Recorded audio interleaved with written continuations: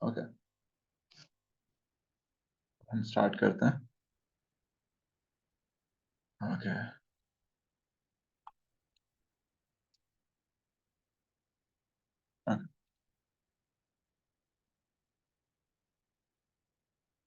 Give me just one moment. Okay, so अब करें हम स्टार्ट।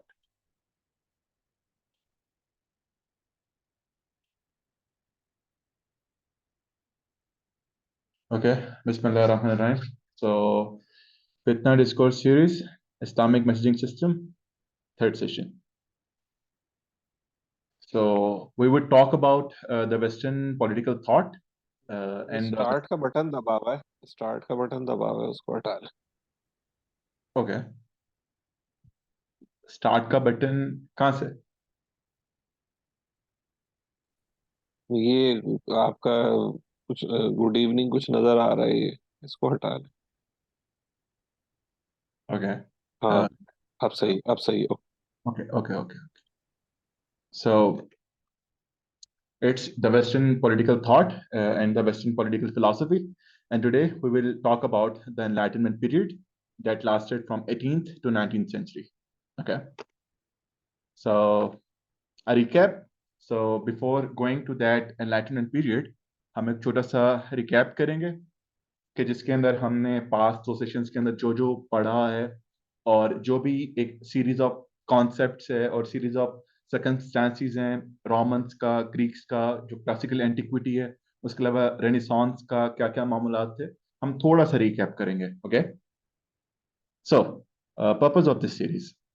अच्छा, डू मी अ फेवर कि आप लोग एक तो निकाल लें पेजेस और साथ लिखने के लिए. Okay, so do like keep taking notes. Okay, so purpose of this series, जैसा कि हम बयान कर चुके हैं कि हमारे यहाँ जो लोग हैं ना, वो अक्सर कहते हैं कि ये दौर फितनों का दौर है. और जो हमारी मॉडर्न डे यूथ है, like they keep like they are sceptic. Okay, और वो बहुत लाइक साइकोलॉजिकली डिसोनेंस का शिकार है. ओके, वो कहते हैं ये डिजायर बेस्ड चीजें, कहीं पे रिलीजियस आ जाता है, और कुछ लोग जो लाइक वर्ल्ड लेवल पे सक्सेस हैं, जिनका लोहा माना जाता है, वो इन चीज़ों को रेडिकल एक्सट्रीमिज्म कहते हैं. But we have to follow them. और इन तमाम तर डाउट्स के अंदर तो हमारा जो जवान है, जो हमारी यूथ रहती है, वो बहुत ज़्यादा परेशानी का या डाउटफुल रहती है. तो इस सीरीज का करने का पर्पस ये था कि मैं आपको फिलासफी की या उसकी जो फिक्री सफर है कि उनकी कहाँ से स्टार्ट हुई, और ये तमाम तर मामला जो आज हम वेस्टर्न फिलासफी के अंदर देखते हैं या जो हम मॉडर्न डे फिल्म देखते हैं, उसकी हिस्ट्री क्या थी. Okay, so this was the purpose of this series कि आप सब में अवेयरनेस बिल्ड हो और आप चीजों को क्रिटिकली देख सकें कि अगर आपके सामने कोई चीज आती है तो आप उसको छांट सकें कि हाँ, this is this and this is this. और फितने का तोड़ क्या होता है? तो नबी इस्लाम से मौला अलैहिस्सलाम ने फरमाया, पूछा था कि या रसूलल्लाह, जब फितनों के टाइम पर तोड़ होगा उसका हल क्या होगा? तो नबी इस्लाम ने फरमाया था कि अल्लाह की किताब को मजबूती से थाम लेना. सो इट्स द इल्म. ओके, फितने को हमेशा क्लैरिटी और इल्म तोड़ा करता है. ओके, सो जब आपको उन चीजों की अवेयरनेस हो जाएगी और आप लोगों को पता लगेगा कि एक्चुअल में चीजें क्या हैं, so you will have that courage, that confidence that you can apply the knowledge and apply the deen you have in your heart. Okay, so this was the purpose of this series कि realization करना, awareness build करना और अपने आप को बताना कि हाँ, ये चीज इस तरह है और ये चीज इस तरह से. Okay, so purpose of this series, what problem we are solving. हम प्रॉब्लम क्या सॉल्व कर रहे हैं कि मॉडर्न डे के अंदर हम देखते हैं कि those who have big hands, वो लोग जिनके पास अथॉरिटी है, जिनके पास पावर है, जिनके पास intellectual, those who are standing moral values, those who are like making the moral standards, intellectual standard. तो वो हमें या हमारी फिलॉसफी को, जो कि ट्रुथ है, बहुत लाइक हकारत की नजर से देखते हैं. और जो एक्चुअल फिलॉसफी है, जिसके पास तमाम तर हल हैं इस्लाम के, सो वो उस जगह पर क्यों नहीं आ पा रही. ओके, और जो सेकुलर साइड है, ये जो सेकुलरिज्म है, वो रिलीजन को इतना बुरा क्यों मानता है. ओके, सो इन तमाम तर थॉट्स को, इन तमाम तर फिक्रों को और इन तमाम तर डे टू डे प्रॉब्लम्स जो हमें देखने को मिलती हैं वेस्टर्न फिल्थ के अंदर या हमारे देसी लिबरल्स या पाकिस्तान के अंदर इवन भी, सो उनके पीछे के क्या क्या रीजन है. ओके, सो जब हम, जो एक्चुअल प्रॉब्लम है वो जो सॉल्व होगी, वो एक्चुअली ये होएगा कि अगर कोई शख्स हमारे दीन को कह रहा है इंतहा पसंदी, so we would have that what we say like that understanding and that शऊर कि हम कह सकते हैं कि हाँ एक्चुअल में डेफिनेशन ऑफ एक्सट्रीमिज्म ये है, रेडिकलाइजेशन ये है, रेडिकल एक्सट्रीमिज्म ये है, एब्सोल्यूटिज्म ये है, और इन लाइक फैनेटिसिज्म ये है, एक्सट्रीमिज्म वगैरह वगैरह। और ये इस तरह से फिर एक्सट्रीमिज्म नहीं हो सकती, इंतहा पसंदी नहीं हो सकती। The person who is saying this या जो ब्लेम कर रहा है वो गलत कह रहा है। Okay, so these are couple of problems we would solve. और अगर कोई शख्स सेकुलर साइड है तो उसका थॉट प्रोसेस क्या हो सकता है, हम जब हिस्ट्री में पढ़ेंगे तो हमें उनके थॉट प्रोसेस की भी थोड़ी बहुत रियलाइजेशन होना स्टार्ट हो जाएगी। ओके, हाँ, ओके। सो रिकैप में two major philosophies of west, इसके अंदर हम वापस जाते हैं यूनानियों में, ग्रीक्स में, तो हमें आइडियलिज्म और रियलिज्म नजर आता है। तो आइडियलिज्म और रियलिज्म के अंदर we have the idea about Socratic and pre Socratic philosophers, और सोक्रेट के बाद प्लेटो और उनके जो स्टूडेंट्स थे, जो फिलोसफी ऑफ आइडियलिज्म थी। और उसके बाद हमें अरिस्टोटेलियन फिलोसफी नजर आती है जो एक्चुअल में रियलिज्म थी। तो दो फिलोसफीज हैं वेस्ट की, मतलब मॉडर्न डे वेस्ट की भी जो फिलोसफी है ना, उनकी जो फाउंडेशन है वो इन्हीं दो फिलोसफी पर है, आइडियलिज्म और रियलिज्म, जो कि एक्चुअल में ग्रीक्स में थी। और ग्रीक्स में realism philosophy actually was in Lyceum school of thought was by Aristotle. Okay, that's called Aristotelian philosophy. तो अब रियलिज्म होता क्या? रियलिज्म इज के जो के रियलिटी की डेफिनेशन क्या है? ओके, हकीकत क्या है? हकीकत मेरे अंदर की चीज है कि हकीकत मेरे एक्चुअल में बाहर की चीज है? मीन टू से अरिस्टोलियन आर्गुमेंट ये था कि जो बाहर के रिसोर्सेज हैं या जो बाहर की मनी है या material in front of me will decide the actual reality. लेकिन इसके बरअक्स आइडियलिज्म की फिलोसफी के अंदर जो सोक्रेटिक आर्गुमेंट्स हैं या जो सोक्रेटिक टेक्निक है या प्लेटोनिक लिटरेचर है, उसमें हमें नजर आता है कि no, the resources, the material in front of me will not tell me what the reality is. In fact, the mind, the conscience which is inside me will tell कि reality क्या है। तो वही कंट्रोल करती है resources को भी और मटेरियल को भी। सो इट्स द कंट्रोल के कौन किसको कंट्रोल कर रहा है, माइंड रिसोर्सेज को कंट्रोल कर रहा है कि रिसोर्सेज माइंड को कंट्रोल कर रही है। तो these are the two major philosophical distribution in the philosophy of West. Okay, so two major philosophical philosophies of West. Next thing, why church was a challenge. अब हम जाते हैं रेनेसांस के अंदर, एक हम जो मोटी मोटी चीजें रिकैप के अंदर वो कर रहे हैं। चर्च चैलेंज इसलिए था जस्ट बिकॉज के church has the authority, church was considered to be a divine entity at that moment। और चर्च के हालात ये थे कि वो अवाम से उनका पैसे के एवज जन्नत बांट रहे होते थे, जन्नत की टिकटें बांट रहे होते थे। और church in like just because church had the power, तो चर्च अपने रिलेशन उसके साथ, मोनार्क्स के साथ या किंगशिप के साथ, वो अवाम को बहुत ज्यादा सप्रेस कर रहे थे। सो अवाम बहुत ज्यादा सप्रेस थी, जिसकी वजह से चर्च इटसेल्फ एक चैलेंज बन चुका हुआ था, just because they were having some easy time.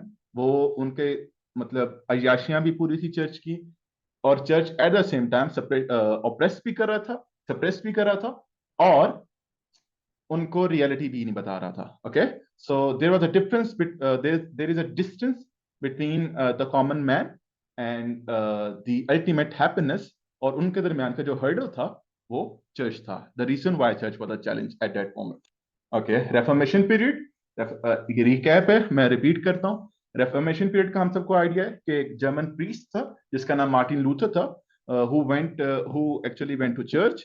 उसने जाके मामूलात देखे और उन्होंने फिर जो बाइबल थी उन उसको जर्मन लैंग्वेज में ट्रांसलेट करना स्टार्ट किया और आवाम को शऊर देना स्टार्ट किया, जिसकी एड उसे मिली गुटनबर्ग का प्रेस से, जहां पर मार्टिन लूथर ने अपनी किताबें छापनी शुरू की, जस्ट बिकॉज गुटनबर्ग ने प्रिंटिंग मशीन को उस टाइम पर ईजाद कर लिया था। उसके बाद आवाम को शऊर दिया गया बाइबल के अकॉर्डिंग, और चर्च की लाइक नकाब को उठाया गया। ओके, और आवाम को इल्मी किताबी बनाया मार्टिन लूथर ने। And then reformation period start हुआ। रेफॉर्मेशन क्या कि हम अपने आप को रिफॉर्म करते हैं as a Christian school of thought, और हर वो चीजें लाइक एक फिलोसॉफिकल रिवाइवल। इसके बाद व्हाट वाज रेनेसांस पीरियड हम कर चुके हैं पहले भी, एक बार रिकैप हो रहा है कि renaissance period is actually what we say, the revival, the rebirth of Christianity, and the philosophies, the art and history of all that. Okay. अब चलते हैं अपने इनलाइटनमेंट की तरफ दोबारा. A few basic concepts. Initially, understanding humanism. Okay. So enlightenment और renaissance के बाद सबसे बड़ी जो हमें एक सेंट्रलाइज्ड फिलॉसफी नजर आती है जिसकी बेस पर तमाम तर बाकी चीजें थी, what that was humanism. Okay. So what is humanism? We have to understand humanism होता क्या है. अभी आपको पता है कि इज्म जिस चीज के साथ लग जाता है, that become a total dogma. Okay. That become a total like belief system जिसके साथ इज्म लग जाता है. तो ह्यूमनिज्म से आपके जहन में क्या बात आ रही है? Write it or think on it for like 10 to 15. I'm giving you guys 10 to 15 seconds. आपको सोचना है कि ह्यूमनिज्म क्या हो सकता है. वेल एक्सप्लेन हमने किया था लास्ट क्लास के अंदर और लास्ट सेशन के अंदर. Well again, what you guys think what is humanism? Right it. और हाँ, मुझे चैट में लिखते हैं, चैट बॉक्स में कि हाँ I am writing, whoever is writing. Okay, write me in the chat box.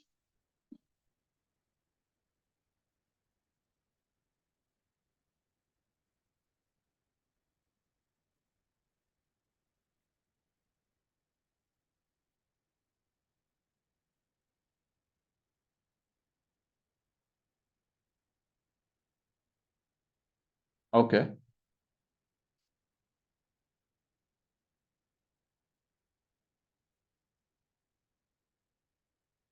a good definition by Amna Ashraf.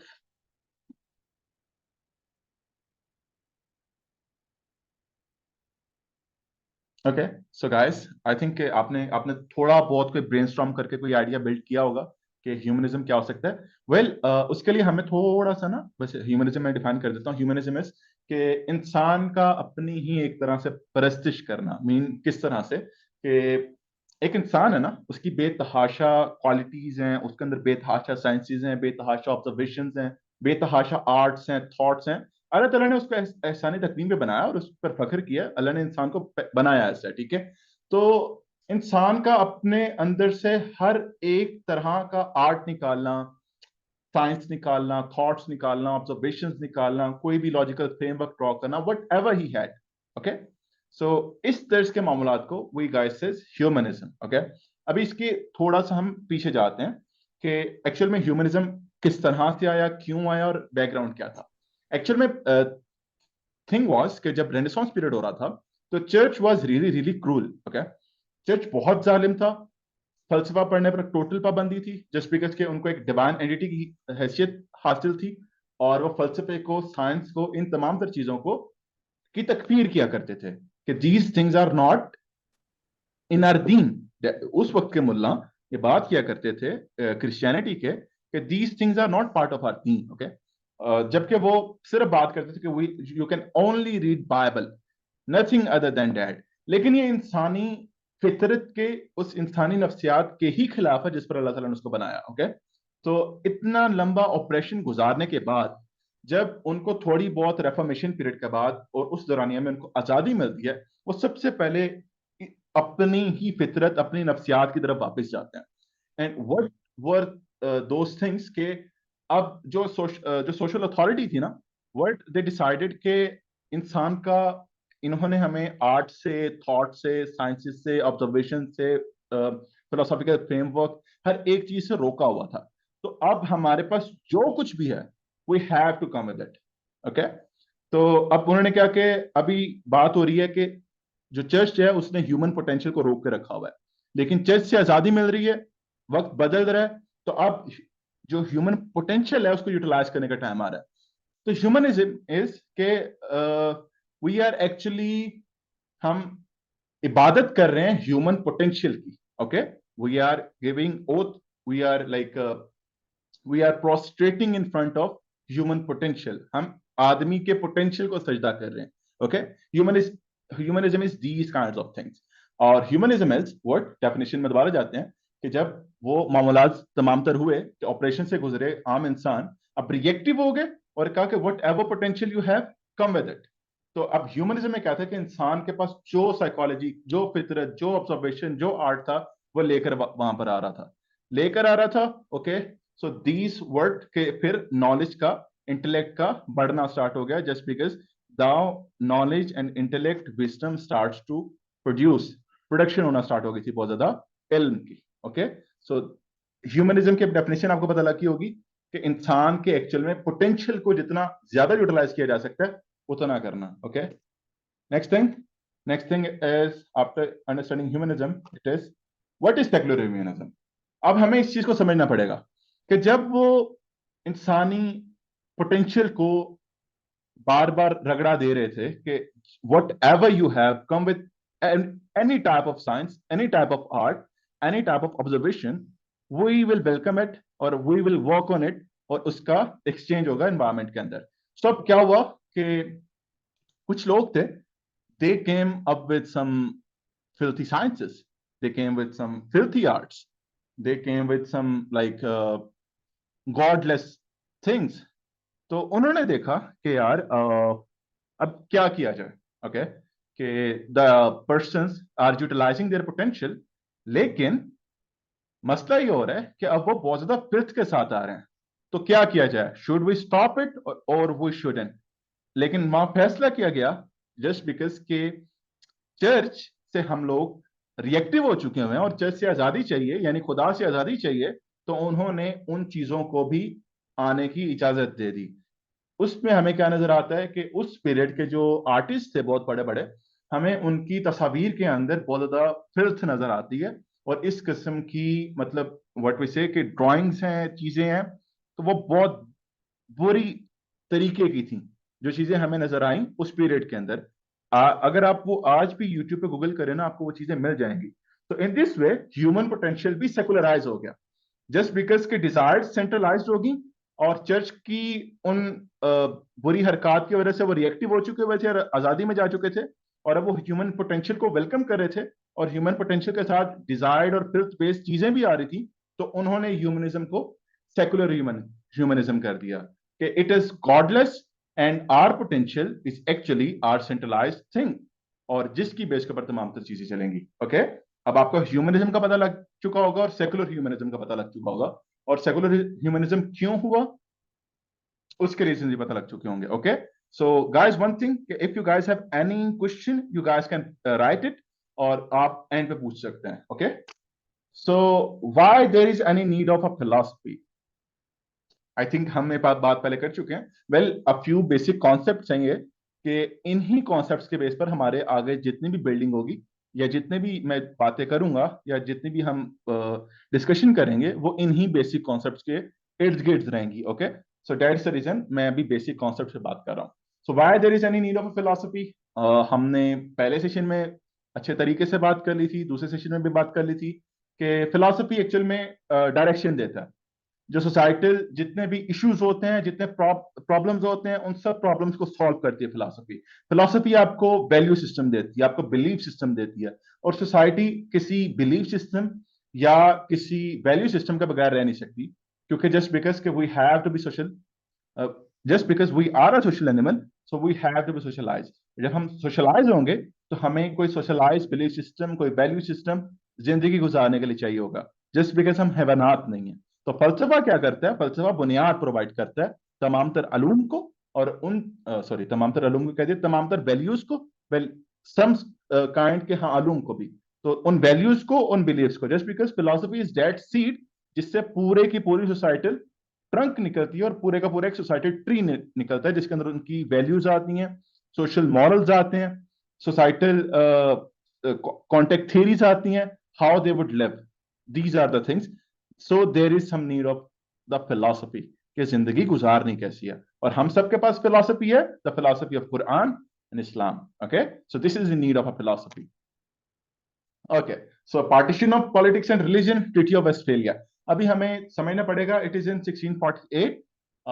Renaissance के बाद क्या होता है कि चर्च, हम पिछले वाले में बात कर चुके हैं, पिछले सेशन के अंदर हम सिर्फ एक तरह का रिकैप ही कर रहे हैं, कि हमने बात की थी कि चर्च से आजादी, रेफॉर्मेशन पीरियड होता है, रेनेसांस पीरियड होता है, और हमें प्रोटेस्टेंट्स नजर आते हैं। उसके बाद कैथोलिक्स और प्रोटेस्टेंट्स की एक बेतहाशा लड़ाई होती है, और लड़ाई थमते थमते अब लाइक दे आर डूइंग, और हमें नजर आता है कि जर्मनी के अंदर भी होली रोमन एम्पायर है, जो 8th century sorry 9th century के जो छोटा रेनेसांस था उसकी बेस पर आया था, ठीक है। तो उसके अंदर बेतहाशा लड़ाइयाँ चल रही हैं, ब्लड शेड्स हो रही हैं रिलीजन की बेस के ऊपर, और रिलीजियस फेनेटिसिज्म आ रहा है यूरोप के अंदर, और बड़ा रेडिकल एक्सट्रीमिज्म है वगैरह वगैरह। उसके बाद क्या होता है कि different philosophers and different thinkers, और वो लोग जो इंसानी कदरों या ह्यूमनिस्ट भी थे, वो करते थे कि there should be some value of a common man. बहुत ब्लड शेड हो रहा है, ओके। तो at the end they all came, और एक सीरीज ऑफ ट्रीटीज होती हैं जिनको हम ट्रीटी ऑफ वेस्टफेलिया कहते हैं।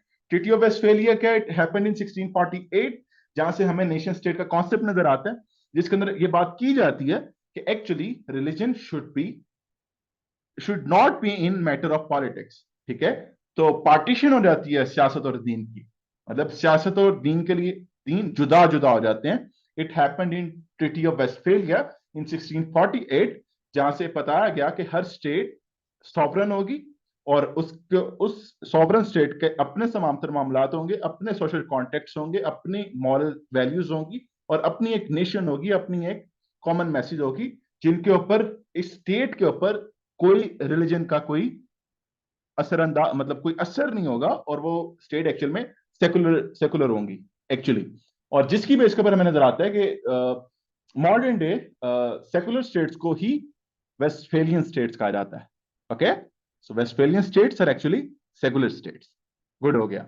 Next thing, problem in that society. उस सोसाइटी में प्रॉब्लम्स क्या थे कि इस कदर मामूलात वगैरह हो रहे थे, तो हमें उस वक्त को समझना पड़ेगा कि चर्च और मोनार्क्स, किंग्स और किंगशिप्स के अंदर जो आम आवाम थी, उनकी कोई इज्जत नहीं थी। सोशली बहुत ज्यादा इनइक्वालिटी थी, ब्लड शेड बहुत ज्यादा था आम इंसान की। Neither they have some liberty, neither they have some freedom, neither उनके पास कोई प्रॉपर्टी है, इवन के उनको कभी कभार है कि फाके हो रहे हैं, ठीक है। अवाम टोटली प्रॉब्लम्स में गिरी पड़ी है, okay. So these were kind of the things के अवाम के अंदर ये प्रॉब्लम्स चल रही हैं, जिसकी बेस के ऊपर मामलात चलते हैं, और क्यों लोग चर्च के और स्टेट के या किंगशिप के या मोनार्क के अगेंस्ट होते हैं, ठीक है।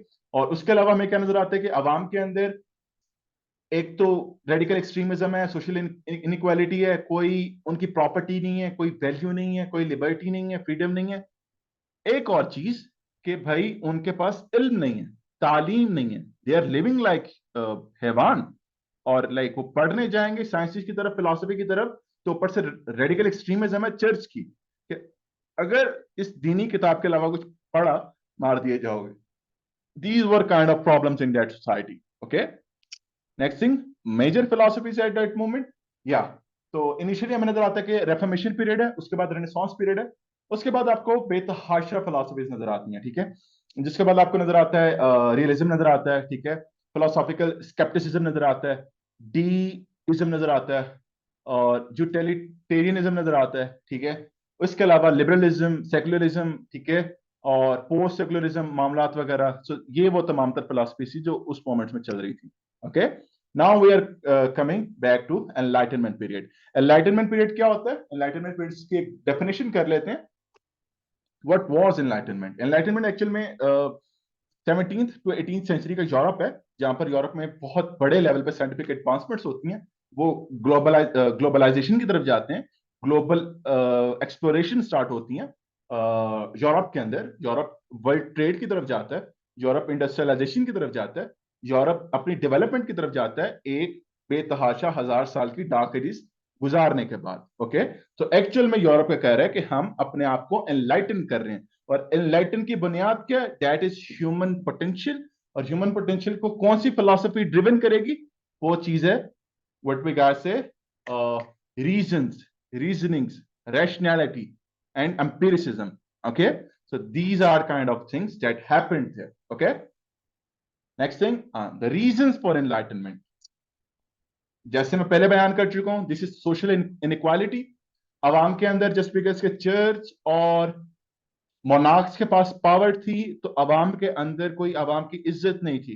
तो whatever who have some links to the church, who have had links to like the monarchs and to some higher persons, तो वो हायरार्की में अपने आप सोसाइटी में ऊपर आ जाते थे। तो सोशली अवाम के अंदर बेतहाशा इनइक्वालिटीज थी। No one was getting true rights and all that. आप अंदाजा कर सकते हैं जो एक्चुअल में हमारे यहाँ अब हम हमारे पाकिस्तान में भी होता है कि लॉ किन पर चलेगा और किन पर नहीं चलेगा, हम सब जानते हैं। Okay, so these are kind of social inequalities. Next thing, absolute monarchy. Absolute monarchy, इसका कॉन्सेप्ट समझना पड़ेगा कि मोनार्क को डिवाइन हैसियत हासिल थी, और एक बात बहुत आम थी उस जमाने में उन लोगों में, जो कि चर्च ने की थी, कि मोनार्क्स हैं वो एक्चुअल में डिवाइन एंटिटीज हैं, वो खुदा ताला के लगाए हुए तुम पे लोग हैं। अगर खुदा ताला ना चाहता तो तुम लोग ये मोनार्क्स कभी भी तुम पे ना बैठते। सो क्या क्रिश्चियन थियोलॉजी ने या क्रिश्चियन फिलोसफी ने एक बात उनके कॉमन मैसेज के अंदर की हुई थी कि तुम सब मोनार्क्स के रिसोर्स हो, you have no personal wealth, no personal value, कोई इज्जत नहीं है, कोई लिबर्टी नहीं है, कोई प्रॉपर्टी नहीं है, just because you are resource of the monarch. और मोनार्क को according to that Christian theology, monarch को डिवाइन हैसियत हासिल है, और यू आर जस्ट लाइक उसका रिसोर्स, और वो तुम्हारा खुदा का एक एक मुंतखब करदा इंसान है आप लोगों के ऊपर। So that's a word absolute monarchy. कोई कॉन्स्टिट्यूशन नहीं था, मोनार्क्स को या बादशाहों को कोई पूछने वाला नहीं था, टोटल मलूकियत थी और उनको पूछने वाला था कोई नहीं। और वहां ऊपर से बदमाशी या ऊपर से जो वर्ड से करप्शन चर्च कर रहा था। ओके, जो रीजन बना रिएक्शन की और एनलाइटनमेंट की तरफ। रिलीजियस कॉन्फ्लिक्ट्स, प्रोटेस्टेंटिज्म, जब रिएक्टिव हुए, रेफॉर्मेशन हुई, तो हमें प्रोटेस्टेंटिज्म नजर आता है। ठीक है, तो अवाम के अंदर रिलीजियसली इनटॉलरेंस बहुत हद तक बढ़ चुकी थी। तो उन वाकया मतलब उन उस दौरानिए में भी बेतहाशा फैसलाबाज वाले वाकयात हुए, बेतहाशा सियालकोट वाले वाकयात हुए, और रिलीजियस कॉन्फ्लिक्ट्स बहुत ज्यादा थे, जस्ट बिकॉज अवाम को ना तो शऊर था मजहब का, और दैट वाज द रीजन कि इतनी रेडिकल एक्सट्रीमिज्म हो रही थी।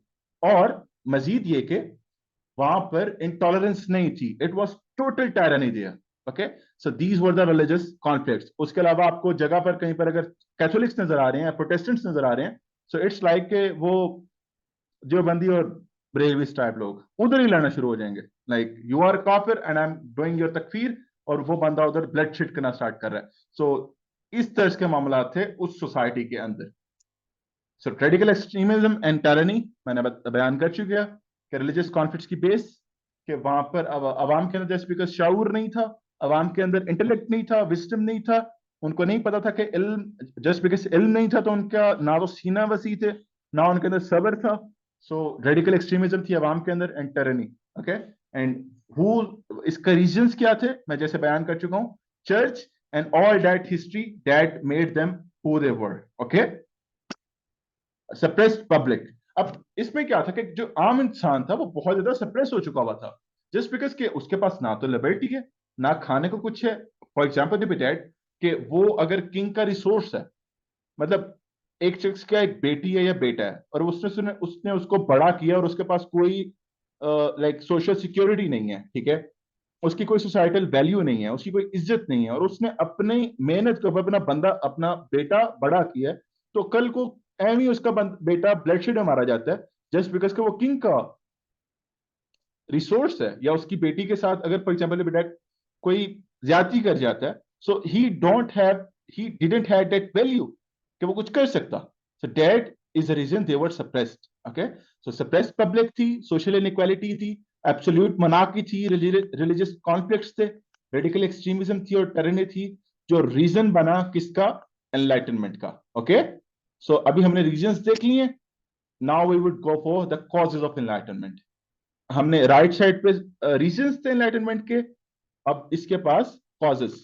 कॉजेज क्या, initially scientific advancements. Okay, next enlightenment thinkers, the intellectual exchange, the global exploration and trade, and the rationalism and empiricism. अब कॉजेज ऑफ एनलाइटनमेंट में क्या, इनिशियली साइंटिफिक एडवांसमेंट्स। क्या होता है कि गुटेनबर्ग की वो प्रिंटिंग मशीन आती है, ठीक है, उसके बाद बेतहाशा छपना स्टार्ट हो जाते हैं, प्रेस बिल्ड होते हैं, और एक इंटेलेक्चुअल मूवमेंट स्टार्ट होती है यूरोप के अंदर। उसके बाद क्या होता है कि जैसे जैसे मामलात बढ़ रहे हैं, लोगों के अंदर शऊर आना स्टार्ट हो रहा है, लोगों को इल्म की चीजें मिल रही हैं, ठीक है, इल्म की चीजें मिल रही हैं, तो लोगों के अंदर साइंस, मतलब वो साइंस को सोचना स्टार्ट कर रहे हैं, उनके पास उनको फिलोसफर्स मिल रहे हैं जो उनको पढ़ा रहे हैं। तो उसके बाद क्या होता है, साइंटिफिक एडवांसमेंट्स का एक दौर स्टार्ट होता है, जिसके अंदर हमें बहुत बड़े एग्जाम्पल मिलते हैं, Newton, he was English, okay, scientist. उसके अलावा फिजिक्स थे। और उसके अलावा हमें इटली के अंदर गैलीलियो गैलीली मिलते हैं, ठीक है, लाइट पे, ऑप्टिक्स पे और बेसिक एस्ट्रोनॉमी पर और कॉस्मोलॉजी पर जो काम वगैरह है। तो क्या हुआ, उस गुटेनबर्ग की या उस मामलात के बाद साइंटिफिक एडवांसमेंट स्टार्ट होती हैं। Next thing is the enlightenment thinkers. Enlightenment thinkers बेतहाशा थे।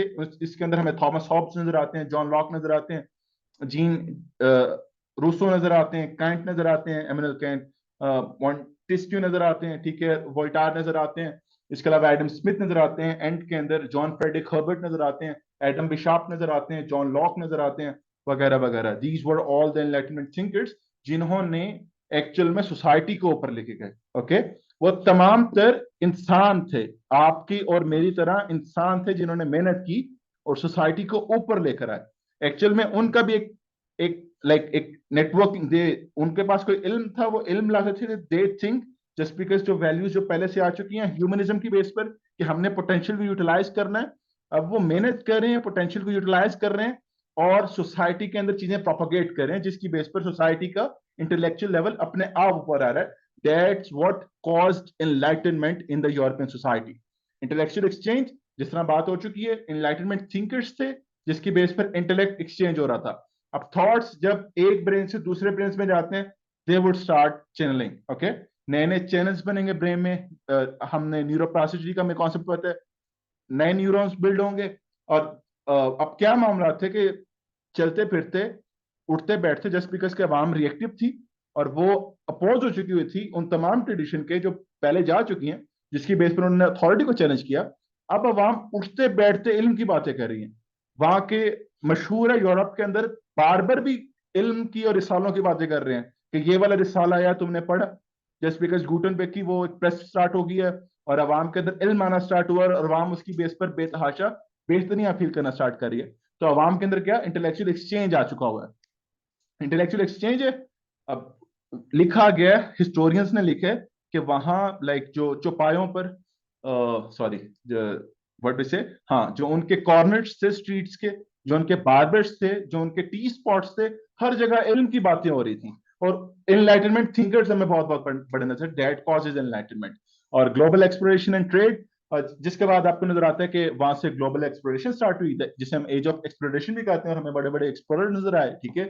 उसके बाद वास्को डेगामा से हमें स्टार्ट होता है, उसके बाद हमें मार्को पोलो एंड पे जरा वो नजर आते हैं, ठीक है। इसके अलावा कोलंबस नजर आते हैं, वगैरह वगैरह, जीज वर्ड हैं। ट्रेड होती है, इंटरनेशनल ट्रेड स्टार्ट होती है, जिसकी बेस पर आपको नजर आता है कि इसी के बाद वो टाइम था कि जब ट्रेड के लिए ब्रिटिश इंडिया कंपनी कहाँ आई थी, बरसगीर आई थी। Okay, and the next thing, so these were the global exploration and trades.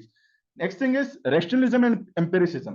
हाँ, rationalism एक्चुअल में वही rationalism जो अरिस्टोटेलियन फिलोसफी था। empiricism कि हर चीज एक्चुअल में एम्पेरिकल टेक्निक ऑफ साइंसेस से होगी कि मेरे पास मेरे पास पांच फाइव सेंसेस हैं, इनकी बेस पर मैं ऑब्जर्वेशंस करूंगा, पैटर्न्स इकट्ठे करूंगा, जिसकी बेस पर मैं साइंटिफिक ऑब्जर्वेशंस करूंगा, जिससे मैं बड़े बेतहाशा हाइपोथेसिस बिल्ड करूंगा और हाइपोथेसिस के ऊपर बेतहाशा एक्सपेरिमेंट्स होंगे। और एट द एंड एम्पिरिसिज्म की बेस पर और एम्पिरिकल थॉट प्रोसेस के थ्रू और इस टेक्निक के थ्रू मेरे पास एविडेंस नजर आएंगे और मुझे साइंसी अलूम मिलेगा। मतलब हर एक चीज का कोई ना कोई एविडेंस और एक एविडेंट, एक मॉड्यूल उनके पास मौजूद हो। That's what cause enlightenment in that era. So rationalism and empiricism.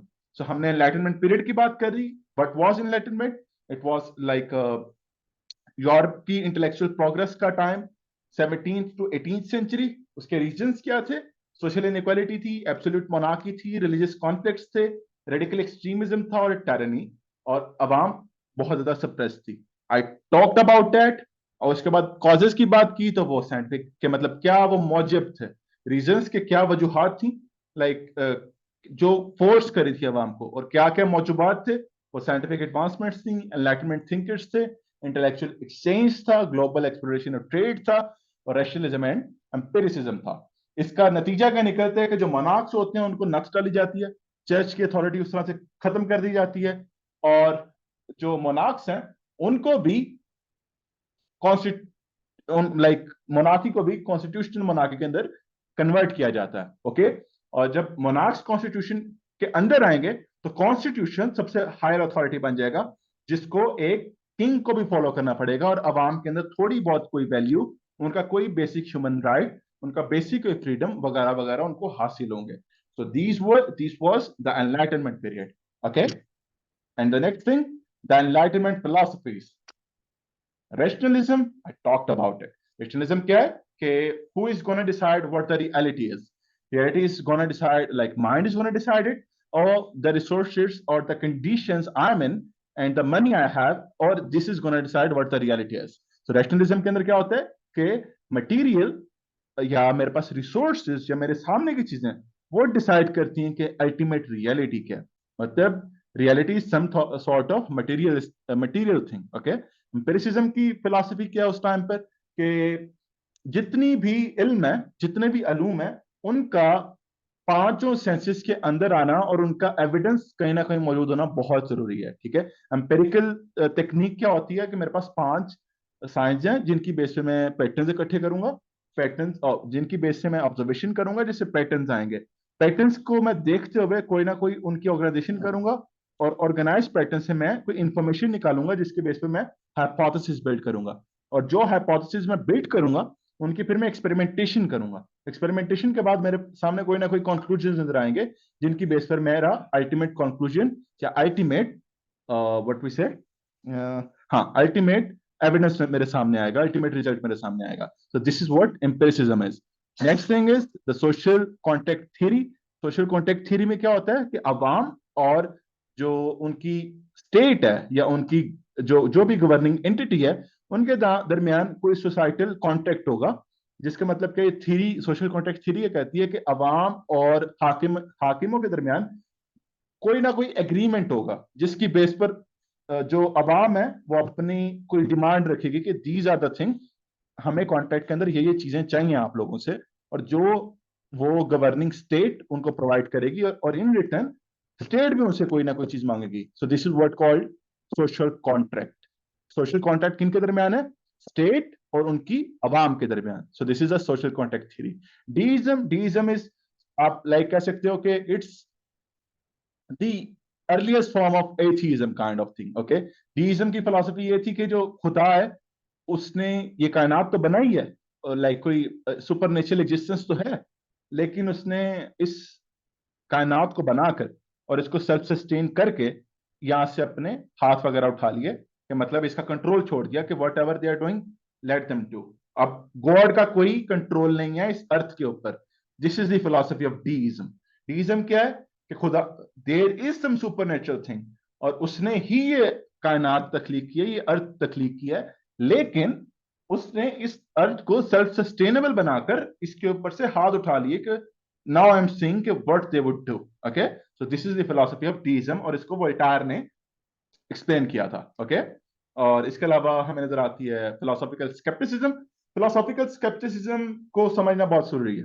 अब स्केप्टिक का आपको पता है, स्केप्टिक के अंदर क्या होता है कि आपके अंदर एक स्पिरिट होता है खोज का, उसके एविडेंस और उस पर रीजनिंग का. ठीक है, आप स्केप्टिक होते हो, आपके अंदर एक तजस्सुस होता है, क्यूरियोसिटी होती है रिगार्डिंग नॉलेज. ठीक है, अब फिलोसॉफिकल स्केप्टिसिज्म ये होता है कि वट एवर बिलीव, आर्गुमेंट और thing you have, come with it, we are gonna analyze it. हम उसके कोई एविडेंस, उसके पीछे कोई ना कोई रीजनिंग तलाश करेंगे. लेकिन अब एम्पिरिसिज्म और फिलोसॉफिकल स्केप्टिसिज्म में रोला मतलब डिफरेंस क्या है? डिफरेंस ये है कि एम्पिरिसिज्म उसी इल्म को मानता है जो 5 सेंसेस के ऊपर मौजूद है, लेकिन फिलोसॉफिकल स्केप्टिसिज्म क्या कहता है कि अगर तुम कोई बात कर भी रहे हो ना, कि फॉर एग्जांपल मैं कहता हूं कि भाई मैं अपने इशारे से ग्लास तोड़ सकता हूं, तो कहेगा ठीक है, हम इसकी पीछे की रीजंस की तरफ जाते हैं. ठीक है, दिस इज फिलोसॉफिकल स्केप्टिसिज्म. लेकिन अगर एक एम्पिरिसिज्म वाला बंदे के सामने मैं कहूं कि मैं अपनी सिर्फ हाथ के इशारे से ये ग्लास तोड़ सकता हूँ, ठीक, वो बंदा कहेगा कि भाई तेरा दिमाग ठीक है, लाइक 5 सेंसेस के थ्रू ये चीज हो ही नहीं सकती. ठीक है, तो मैंने आपको एग्जाम्पल के थ्रू ये चीज समझा दी हुई है. So one thing is philosophical scepticism, empiricism, rationalism, social contact theories, deism. इसके अलावा भी कुछ छोटी मोटी तर्ज की, मतलब बहुत थोड़े लेवल पे, छोटे लेवल पर फिलोसफीज एग्जिस्ट करती थी, जिनका मैंने जिक्र करना मैंने लाइक इंपॉर्टेंट नहीं समझा. ओके, सो ये एनलाइटनमेंट की फिलोसफीज थी: rationalism, empiricism, social contact theories, deism and philosophical skepticism. Okay, so यहां तक हमने अब कर लिए। ओके, हाँ, अब two school of thoughts enlightenment के, जो आपको वेस्ट के अंदर जो दो बड़े स्कूल ऑफ थॉट्स नजर आते हैं, one is continental scepticism versus British empiricism. एक तरफ कॉन्टिनेंटल स्केप्टिक लोग थे और दूसरी तरफ ब्रिटिश एम्पिरिसिज्म वाले लोग थे। अब ब्रिटिश एम्पिरिसिज्म वाले लोग में आपको न्यूटन जैसे लोग नजर आते हैं और बड़े बड़े लोग नजर आते हैं, जॉन लॉक जैसे लोग नजर आते हैं, ठीक है। और कॉन्टिनेंटल स्केप्टिसिज्म में आपको जर्मनी वाले लोग नजर आते हैं, ठीक है। तो कॉन्टिनेंटल स्केप्टिसिज्म और ब्रिटिश एम्पिरिसिज्म में बेसिक डिफरेंस क्या था? स्केप्टिक